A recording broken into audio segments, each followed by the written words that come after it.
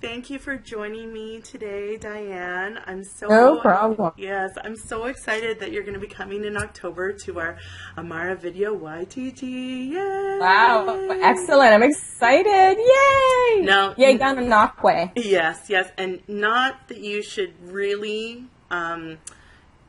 boast too much about this, but we've had so many people who, when I start talking about, and Dianne Bondy, Yoga for All, they're like, oh. So, they know. I'm wow. excited. Like, you have people in Canada that know about me. So that's awesome. It's my family. You see, this is my country, Canada. Yay. I'm so excited. I can't lie. It's the Americans who've been saying that. Yes. My American cousins, what can I say? So let's get you, in touch with the Canadian people. Please, Canada. It's my first Canadian gig. I'm excited.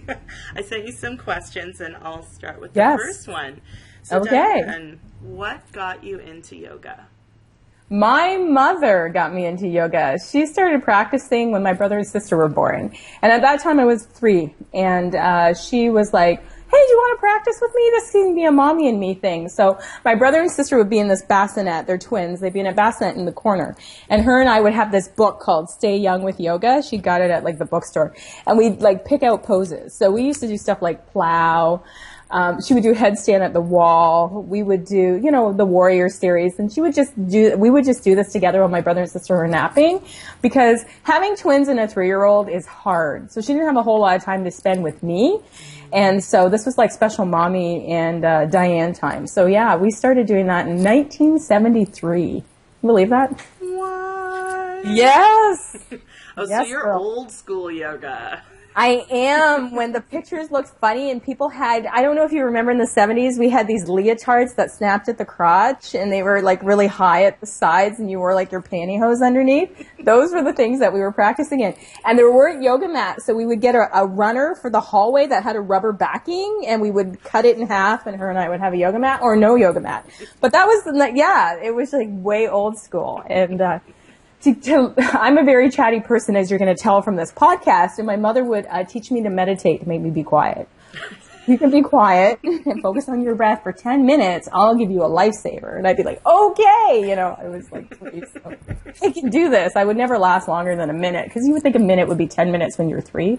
Okay, I did it, Mommy. And she'd be like, half a lifesaver, not quite 10 minutes. Well, the secret of yoga parenting, rule number 1, how to capture that minute of silence. Right? Having a chatty 3-year-old, and the other 2 are sleeping, and you're like, I just need my sanity for a minute, so I'll give you a lifesaver if you're just really quiet. Just focus on breathing out of your nose, just for a minute. And that's how I learned to meditate. I'm like, okay, watching my nose, gonna breathe, 3 years old.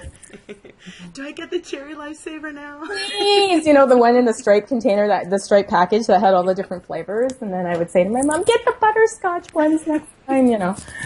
Yeah. Okay, so question number 2. In your training, Yoga for All, you emphasize accessibility and diversity.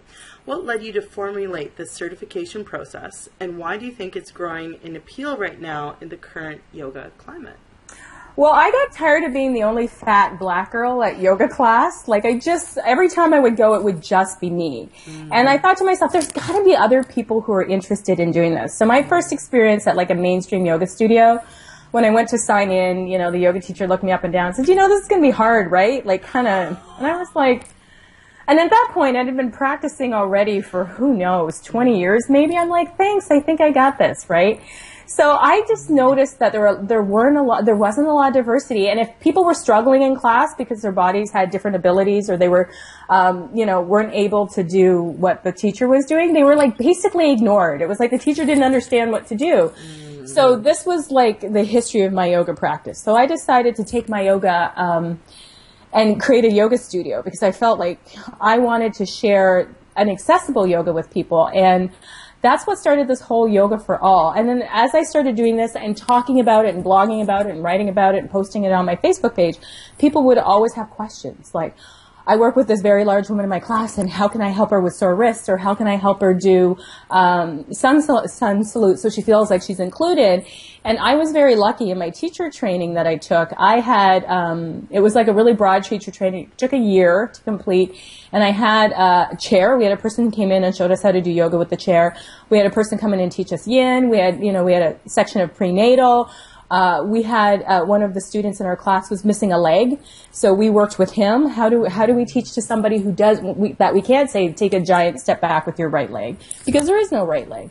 So I had a lot of exposure to that, and finally I thought to myself, nobody's really teaching this, like how to adapt yoga, how to invite people of different cultures and ethnicities into a space that typically feels like a white space, like they're not going to belong. So how do we make this happen, right? So that's when my friend Amber and I decided we're going to put a course together and help people, figure this out, so that when yoga teachers come into class and they're dealing with people with disabilities or people who can't keep up to what a typical yoga class is, how can we make those people feel included? And then how can we take this practice into underserviced communities? How do we get it to people of color? How do we get it to children? How do we get it to older adults who get left out of mainstream yoga culture, which primarily focus on able-bodied, flexible, and fair-skinned people? So we need to take a practice that's about unity and really make it about unity. Not only unity with the body and the breath, but unity within the community. Ooh, that rhymes. Unity within the community. You might have to use that on Instagram. Jot that down. Unity. I actually am going to write that down. But that's how it started. Honest to God, I just got tired of watching people struggle and people feeling left out and saying to people, you should come to yoga. And they would say, oh no, yoga's for women, or I'm not flexible enough, or my body doesn't bend that way is another one I heard a lot. But oh yeah, we'll get to that question. Well, I think I also shared with you my time in Asia when suddenly the yoga scene exploded, and I was going in trying to apply, and they were like, but you are so tall and so fat. Why? And that's how I got introduced to your blogs, because the things you were talking about were the sort of this anger I had been feeling but even coming back to North America and coming to classes and not even always getting the teaching jobs because I didn't look like the average teacher. Yes. Yeah. Yes. And then on top I have all of this chronic pain stuff. So I would discuss with people like, so I can't do this. This is how you can get into it. And if you feel strong and able, this is how you can get into it. And I can show you some ways of doing it. But it's not so great for my body. And students love that. And they ate it up. Right? They're like, oh, wow, that's amazing. But, of course, it made some of the studio owners so nervous. Like, but if you can't do it, then you're not a good role model. And that was always my argument. It's like, actually, I think that's the best, is to kind of show your humility and to show that, hey, listen, I work hard at this. This is a practice. But, and by the way, it's only step 3 of the Eightfold Path. There's a whole lot more of yoga going on. That has a lot of importance to a lot of people, and it's so true. And I think what has happened, why people are more interested in this, is in 2015 especially, the yoga and body image, body positivity movement kind of exploded. Like, now we see bigger models on the front of like runners magazines. There's a plus size model out there everybody is really connected to. So I think that's why everybody's really interested. Like, for a long time we've been conditioned and taught to hate our bodies, so that marketers out there, people who are trying to sell us stuff, can sell us something, right? So if we just like ourselves so great, here's this product that's going to make your butt look bigger, or here's this product that'll help you lose 20 pounds in 2 weeks. Like, I was in line at the grocery store today, and Women's Day had this miracle diet that would help you lose 20 pounds in 14 days. And we all know that that is not healthy and that is not realistic. And we have this thin, obsessed culture. Every time somebody loses weight, it's like a great achievement, and your self-worth should be based on how much weight you lose and how small your yoga pants are and how flexible you can get into whatever pose. And that's not what it's about. I mean, the asana is great and it's part of the practice, but it's about a practice of getting to know yourself and being content with yourself and raising your consciousness so that you can put a better energy or a better, better focus out into the world, that you can help people, that we can start healing some of the things that are going on in our culture and our society. It doesn't matter about the size of your freaking yoga pants. Like, really, it's not about that. It's not about washboard abs and get my arms toned for the summer. How about you like your arms the way they are? And just take care of your body. Be kind to yourself. How about you just do that, right? Let's start there. Let's just start there. Yeah, let's just start there. We'll see where it goes from there. Let's just, stop the self-hate talk. And I think that's a big part of, coming to yoga and being content with your body and being, that whole Santosha thing that we can just be. Can we just friggin' be without the criticism of society? Absolutely. I personally feel that's where modern transformation can occur. If you can just get to a space where it's like, you know what? Everything's okay. Yeah. It's like huge changes occur at that moment. If you really and truly if you accept that into your heart. In yoga speak, right? In yoga speak, yeah, absolutely. If you can identify that you are okay as you are, and it's social conditioning that has made you hate yourself. Like today, I did yoga at 6 a.m. My girlfriend came over. We had a private class together. And then I started my day. Like my kids needed to go somewhere. There was a field trip. I left my yoga tights on. I'm going to stand up and show you my yoga tights. Let me just lift my leg up, my yoga tights. Woo! So I didn't care. I was like, ordinarily, I'd be like, well, it's yoga tights and, I'm not a teeny tiny girl, but I'm like, screw it. I don't have time to take a shower. I need to get to the grocery store. I need to get here and I got to get to the printers. I got to pick up the stuff. I got to go here. I'm just going to go as I am. And I own it. Like I own this body that I'm in and I work it. I didn't care. If anybody looked at me sideways, which nobody did, I was going to say to them, mind your business. This is not your concern. Right? And that's that's what yoga has taught me. This is nobody else's concern but mine. And it doesn't matter what other people think about me. It matters what I think about me. So that's my soapbox moment. Sorry, I'll get off the soapbox now, but that's my feeling. I want you to keep, I'm going to keep rolling with it, but because I'm going to take the later question, which is really tying into what we're talking about right now. And it's for those listening to this for the first time thinking, okay, but my body isn't a yoga body and I can never be a real yoga teacher. No. What would you say to them? I would say to them, you need to let go of that. Like, again, unfortunately, a small group of people have decided what yoga looks like and has created a mainstream publication. And unfortunately, we are influenced by media and we're influenced by the images that are sent to us. So for so long, the images have been very flexible, very young, very able-bodied, very fair-skinned people, so that if people didn't look like that demographic, they felt like they were excluded. So I'm here to tell you, if you're really interested in getting into yoga, there's lots of great resources out there. I'm part of the Yoga and Body Image Coalition, which was created in 2014, and our mission is to push out or to disrupt the ongoing images that exclude so many people from this practice. And it's really annoying that this practice that is based in unity has created this like exclusive club where only able-bodied fit, super fit looking or whatever people are included. And I just want to say, fit comes in all sizes. Fat bodies can be fit. Just saying, I want to make that clarification. But I would encourage you to do a little bit of research. I would encourage you to check out the Yoga and Body Image Coalition website because you're going to see everybody represented there and start to push back. I would say find a yoga studio close to you that celebrates diversity, meaning that you're going to see everybody in there and go. I would say to you, this practice is for you. Just get away from that capitalist angle of it. It's been made to look like a beauty shot or something that only beautiful people and thin people do, but I'm here to tell you it's for everybody, and my fat ass is out there doing yoga, and I'm okay with the word fat. Okay, fat means to me fully accepting me, like full acceptance totally is what fat means to me, and that's the new acronym for me.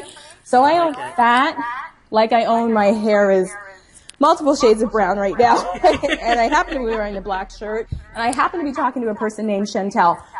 That's all it means to me. It's not who I am. Mm-hmm. It doesn't define who I am, and my body doesn't define who I am, or society doesn't get to define who I am. I get to define who I am, and that's a big part of my yoga practice. Yeah, and I think, for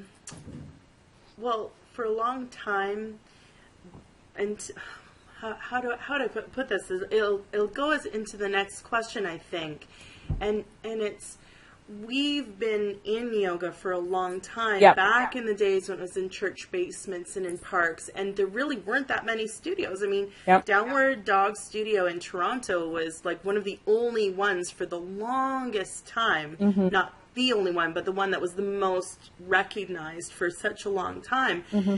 And then suddenly, I personally think when I graduated from my first teacher training in 2002, I still didn't see that much. Yoga Right. Sanctuary had just been opening and expanding, and they were starting up a second location. And the Bikram studio had just opened up in the neighborhood I lived in. But that was kind of it in many ways. And then suddenly, before I left for Asia, like, boom, everywhere. Yep. And I think we've had this preconceived notion that what you've been talking about, that sort of conditioned image of like, if you look like this and do this, then you achieve the perfect yoga practice. Yes. That's really only been cemented, I would almost say, circa 2008. Yes, I would agree. Right? I would agree. Yeah. I would definitely agree. I was very fortunate in my yoga teacher training, one of my very first ones. I taught yoga before I had formal yoga teacher training because there wasn't any formal yoga teacher training. You know, there was formal fitness training, and I took all of that, and then I took a book that had yoga asana in it, and I went, okay, I know that this is how the body works in this exercise, which is very similar to this asana posture, and I kind of was self-taught. And then when I decided, I better go to a training so I actually know that I know what I'm talking about. And I was very fortunate to have a yoga teacher who was openly gay, and she was an older woman. She was coming up, I think, on 60. And so she wasn't this image of yoga that I had seen up until that point. So that was really, really eye-opening for me, and it really changed my perspective, because then when I went home, you know, my mother is my example of a yogi, and she certainly doesn't look like any of the pictures in the magazines. But again, we've commercialized, feminized, and sexualized yoga, and we've made it this commodity that people think they can hold in their hand and that they can achieve. But that's not what it is. It's this really ancient practice from a very spiritual part of the world that was about elevating your consciousness and elevating your soul, and you can't hold those things, and you can't buy those things, right? And it's unfortunate that, we've gotten this commercial spin on it. So buy this really expensive mat, and buy these really expensive clothes, and look like this, and then you're doing yoga, where actually we want to find what's in our heart, and we want to elevate our consciousness, and we want to look at injustice in the world, and we want to connect with each other. Those things you can't buy on a $100 yoga mat. That's not going to happen. So, so I just think it's really funny. And I have to agree with you. That was about the time that it just became this huge boom. Yes. And by 2012, people were researching it, and people were doing degrees on it. And it just became this huge thing, because I think a lot of people had found that space of raising their consciousness. And a lot of people had thought, this is just another way I can exercise. Yeah. And there may be nothing wrong with someone going into it, exercising to begin with, and thinking this is like the ultimate weight loss program. However, if that's the only message they're receiving within whatever space they're taking, they're missing out huge on all of the other stuff. This morning I was speaking with Carol Horton, because she's coming to our training too. At the same time that you're coming. We're all just going to hang out, let's be honest. It's going to be fabulous city. I just feel it. So if you haven't signed up, you should. And she was talking a little bit about that, because her book, Yoga PhD, was that applying that critical thinking, understanding that mind-body connection, and how you can't just isolate yourself from it. And I really feel that you've said, and you've really expanded that conversation to the point of like, and also, by the way, while you're exploring the critical thinking, guess what? You don't have to make it a negative critical thinking. You can bring that sense of positivity. You can bring that sense of accessibility and inclusiveness into the practice, which I think has been sorely needed for quite a while. I'm just saying essential. I love you. Thank you. I appreciate that. I feel the work you're doing is essential as well. We all, those of us who want to bring and make yoga more accessible and actually break it down so people can understand it in a way that applies to them is really important. Because I really feel if all of us can get on this mat and get to know ourselves and find contentment, a lot of the problems that we are seeing in the world right now would actually disappear. When you realize that your neighbor is more like you than is unlike you, then you can start to see yourself in that person. And you can start to develop compassion and empathy. And then we help each other instead of fighting against each other. And I really feel that it is our responsibilities for those of us who share this practice of yoga to help elevate the consciousness of others so that we can start to change the mess that we've created over the past 500 or 600 years. This mess of us versus them nonsense, right? So it's really, it starts here. It starts with knowing yourself first, and that's what the practice is about. Yes. The end. Like, really, period. Leave the room. Drop mic. Yeah. Well, okay, so, you recently returned from the Yoga Service Council, and you've been involved in a lot of this sort of work, and you mentioned the Yoga and Body Image Coalition, mm-hmm. and you've been online as a guest with the Yoga Alliance as well. I did do that. Yeah. So, where would you think, when people are approaching you for all these wonderful projects, where do you say, listen, I want to talk about this, but when you start to think about who's my audience, a lot of it is prospective teachers or people who are already certified. Yep. But what about some of the people who may be watching this? So maybe we've gone past the conversation of, okay, I'm going to accept my body and I am going to practice yoga.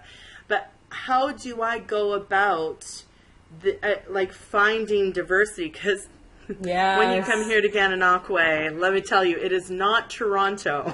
Yes, but Toronto's one of the, I think it's in the top 4 of the most diverse cities in the world. So nobody will ever live up to that standard. I think I did some research, and I believe the city of Toronto is pretty much 50-50 in terms of diversity, and I think that's amazing, and you don't find that in a lot of places. And it's interesting. So yesterday I did talk on the Yoga Alliance. We did a little talk around yoga and diversity and how we can find diversity. And I think the problem is there's not a lot of teachers of color out there teaching. And so when you go into a class as a person of color, there's kind of a disconnect when you don't see people that look like you.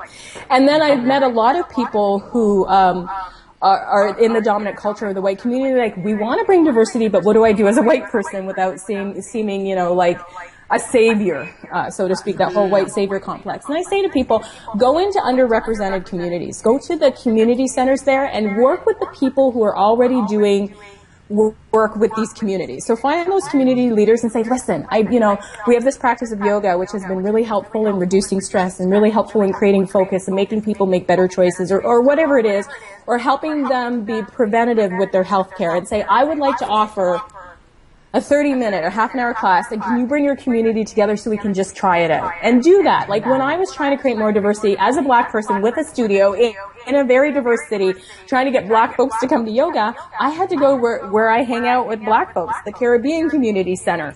I went to the hairdresser and I offered the class at my hair salon, and we had to come do yoga, and then my hairstylist did everybody's hair or whatever.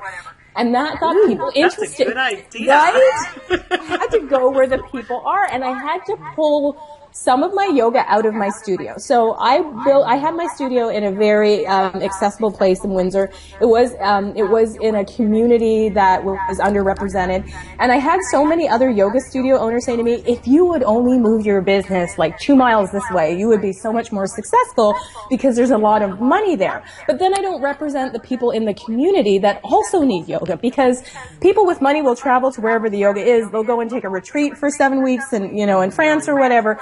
But those communities that don't have access aren't going to travel to another neighborhood to take yoga. So you have to go where people are. I'm not saying you have to move your studio to an underrepresented community, but you can have satellite classes from your community. community. You can have a class where we say, my studio name was Eastside Yoga. Eastside Yoga is having a class at whatever community center.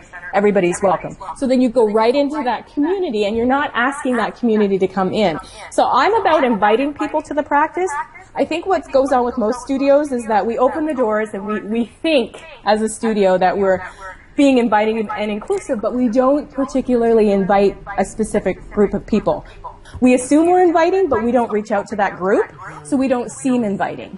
And I have a really hard time with karma classes. I mean, I ran them all the time, but karma classes in an expensive studio at the other side of town, away from wherever diversity is, come to our $5 class in our studio feels really like a handout, right? Like we're going to have this special class just for you because we know you can't afford it. It just feels really less than genuine. But if you go into a community space or even a park, I do a donation-based class at the park.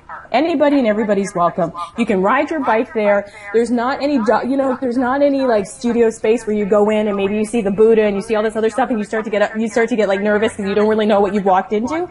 It's the park. You come in keeping with Mother Nature. I provide mats if you don't have a mat. I provide props if you don't have a prop. And it really takes away the feeling that you're subscribing to any particular religion or dogma, because that sometimes in diverse communities becomes an issue, like, oh, this is against what my pastor said, or there's a lot of misconceptions around that. And there's also, I find, in the Black community especially, we don't really put a lot of value in preventative health. I don't know why we don't do that.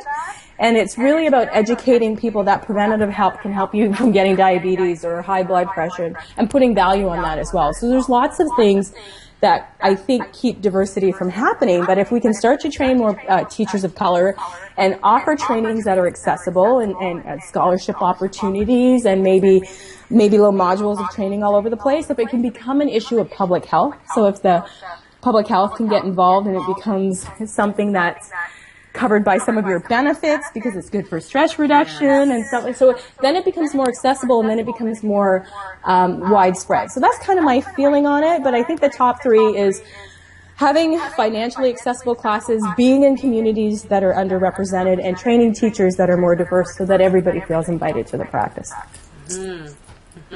I love that you essentially plugged my own personal business just in the last bit. I'm going to hire you as my agent. There you go. That's great. Because as a massage therapist, like that's why I do therapeutic yoga, because a lot of people, they won't go to that group class. They feel uncomfortable. They can't keep up. They're in pain. And sometimes we don't always know it, but in a lot of the more traditional styles of yoga, that tapas almost encourages people to think that pain is good. Yes, very much and so. There's different kinds of pain. Like there's challenge, and it feels almost painful, but it's not. You're not going to have a heart attack and die from it. It's like that's bad pain. Right. And I say that to my students all the time. Do you know the difference between pain and discomfort? I'm sitting in a stretch, my hips are feeling a little achy because I've been sitting in a chair all day, and that's uncomfortable, but I'm not in pain. And I think, is it Matthew Remsky who wrote a very good article on identifying why pain in yoga, right? Another person also coming to the training. So if you haven't signed up yet, that's another reason to sign up. Yeah. So for sure, right? So and I think we misunderstand tapas, because when I think of tapas, I link it with the idea of discipline, right? The fire of learning something new.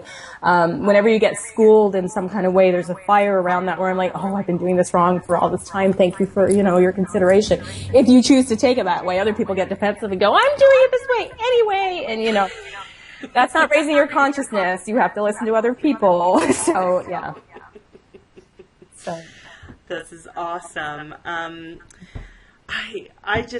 We could talk all day. Absolutely. I'm excited to come to Gananoque. I think you and I are going to have a party town, yoga feeling, self-love. Everybody loves the unity of community. So, sorry, podcasters. We're just going to have an 8-hour long love that. And you should come to yoga teacher training because it's going to be a party. It's going to be a party. In a good way. It's going to be a spiritual party. Yes. Well, have a great time in California. Thank you. Yes. Thank you. That's where you're going to be going and doing yet another part of your great work. Thank you. So exciting. And well, I look forward to seeing you.